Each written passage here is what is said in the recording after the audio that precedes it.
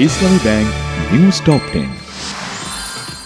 প্রধান উপদেষ্টা ডক্টর মোহাম্মদ ইউনূস বলেছেন, আগামীর বাংলাদেশ হবে ন্যায় বিচার, মানবাধিকার ও বাক স্বাধীনতার, দারিদ্র্য শূন্য, বেকারত্ব শূন্য ও শূন্য কার্বন নিঃসরণের লক্ষ্য অর্জনের অঙ্গীকার।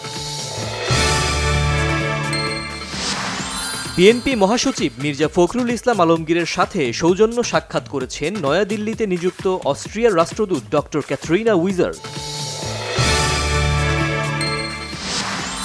স্বচ্ছতা নিশ্চিত করতেই জুলাই অভ্যুত্থানের শহীদদের চূড়ান্ত তালিকা করতে কিছুটা সময় লেগেছে, জানিয়েছেন যুব ও ক্রীড়া উপদেষ্টা আসিফ মাহমুদ।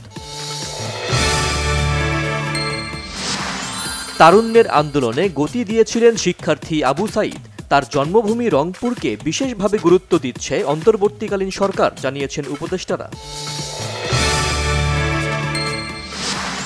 অর্থ উপদেষ্টা ডক্টর সালেহ উদ্দিন আহমেদ জানিয়েছেন, 2009 সালে ব্যাংক খাতে 18,000 কোটি খেলাপি ঋণ এখন 2,50,000 কোটি টাকা।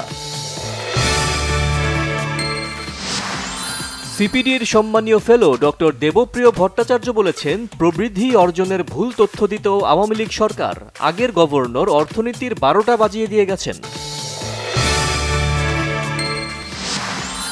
রাজধানীর আজিমপুর থেকে অপহৃত শিশু ফাতেমা আক্তার শাপলাকে মোহাম্মদপুর থেকে গ্রেফতার করেছে র্যাব। ভারতের উত্তরপ্রদেশ রাজ্যের ঝাঁসিতে একটি হাসপাতালের এনআইসিইউতে অগ্নিকাণ্ডের ঘটনায় 10 শিশুর মৃত্যু। আন্তর্জাতিক দ্বিতীয় প্রীতি ম্যাচে আজ মালদ্বীপের বিপক্ষে মাঠে নামবে বাংলাদেশ। বসুন্ধরা কিংস অ্যারেনায় ম্যাচটি শুরু হবে সন্ধ্যা 6টায়। দক্ষিণ আমেরিকা অঞ্চলের বিশ্বকাপ বাছাই পর্বে তৃতীয় স্থানে উঠে এসেছে উরুগুয়ে। নিজেদের মাঠে তারা 3-2 গোলে হারিয়েছে কলম্বিয়াকে।